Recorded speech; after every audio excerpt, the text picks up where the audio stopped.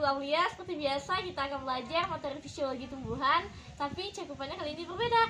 Ayo, penasaran kan? Jangan lupa siapkan buku dan keperluan alat tulis lainnya supaya teman-teman bisa memahami materi ini dengan baik. Karena hari ini kita akan belajar tentang morfogenesis tumbuhan.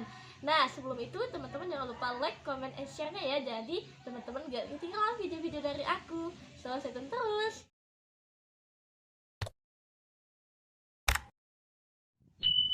Nah, ini merupakan video pertama aku di morfogenesis tumbuhan. Jadi kita akan bicara konsep-konsepnya dasar saja.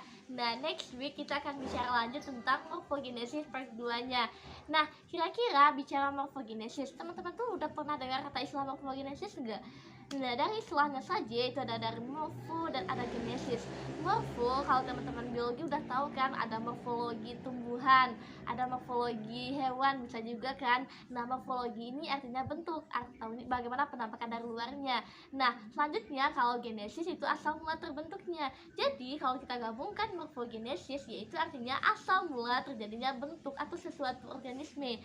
Nah, proses pembentukan organisme itu dimulai dari dia berkembang sampai dengan dewasa, artinya mulai dari embrio hingga dewasa. Nah, kali ini kita akan membahas lebih lanjut itu tentang atau lebih khusus pada tumbuhannya.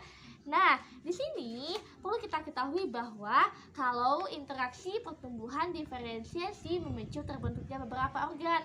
Nah, misalnya seperti ada tuh akar, daun, batang, lalu juga bunga, buah, dan sebagainya.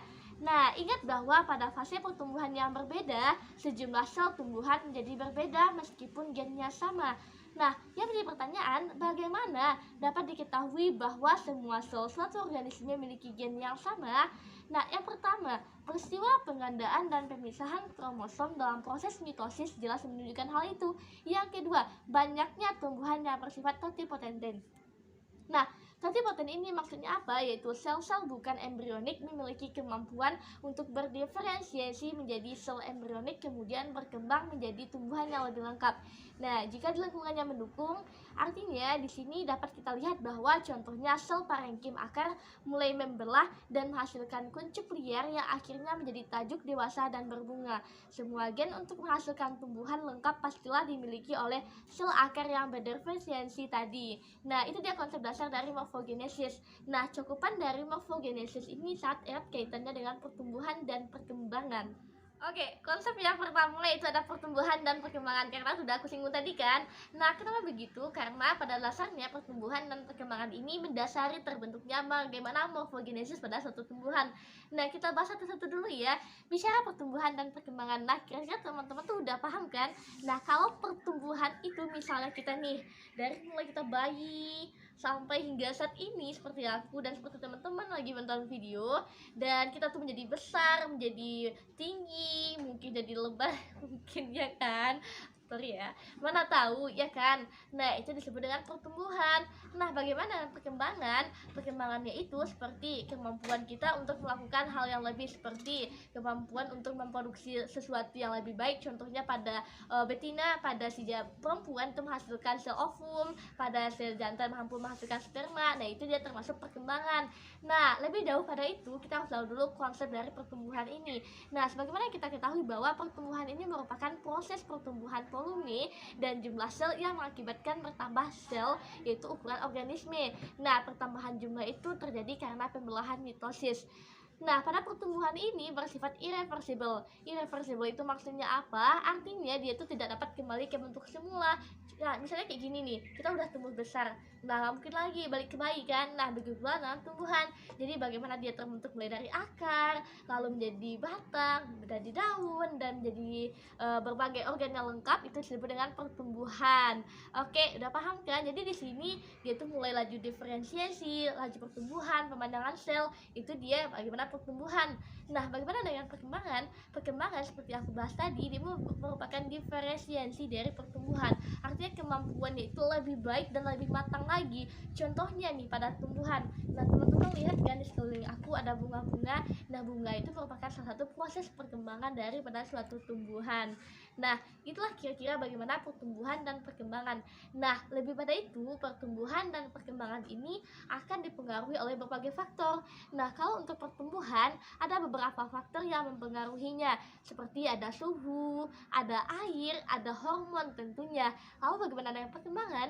Nah, perkembangan ini dipengaruhi mungkin saja oleh hormon, faktor cahaya, dan berbagai faktor lainnya. Nah, itulah dia konsep dari pertumbuhan dan perkembangan.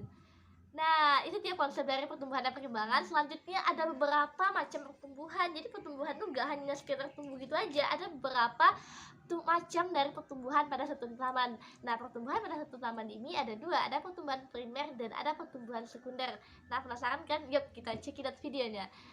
Nah, pertumbuhan sekunder itu pada akhir percambahan, tumbuhan membentuk akar, batang, dan daun. Nah, pada ujung batang dan ujung akar terdapat sel-sel meristem yang dapat berdiferensiasi menjadi sel-sel yang memiliki struktur dan fungsi khusus. Nah, aktivitas sel-sel meristem menyebabkan batang dan akar tumbuh memanjang. Nah, daerah pertumbuhan pada ujung batang dan ujung akar menurut aktivitasnya dapat menjadikan daerah tiga, yaitu ada tiga daerah maksudnya ya. Nah, daerah pertama itu daerah pembelahan sel yang terdapat di bagian ujung. Lalu yang kedua adalah di mana sel ini bersifat sistematis. Daerah yang kedua merupakan daerah perpanjangan sel, di mana tiap sel memiliki aktivitas untuk membesar dan memanjang. Nah, daerah ketiga yaitu daerah diferensiasi, merupakan daerah yang sel-selnya berdiferensiasi menjadi sel-sel yang memiliki struktur dan fungsi yang khusus.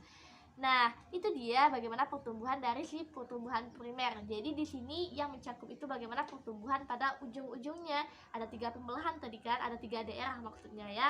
Nah, selanjutnya pertumbuhan sekunder. Nah, pertumbuhan sekunder itu merupakan pertumbuhan yang kedua, jaringan permanen sebagai hasil diferensiasi pada ujung batang dan ujung akar, terdiri dari jaringan epidermis, parenkim, kolenkim, sklerenkim, protofloem, fotosilem, dan jaringan kambium yang masih tetap bersifat meristematis.